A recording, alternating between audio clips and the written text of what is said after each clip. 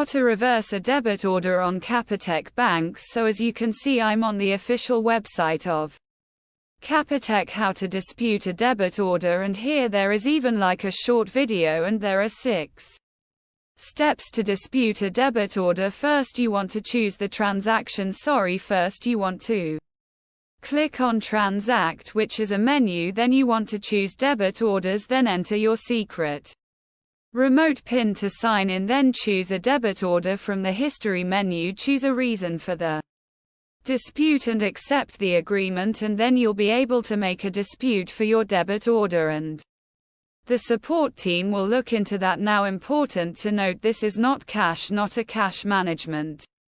Only debit orders under R400 can be disputed on our app. Only dispute on authorized debits. The dispute of a valid debit order could cause, and then you have a few reasons here. Now I'll leave a link to the sound description as well, so you can check this out or even like this video. But that's how to reverse the debit order on Capitec app. If the server was helpful, make sure to like the video, and thank you for watching.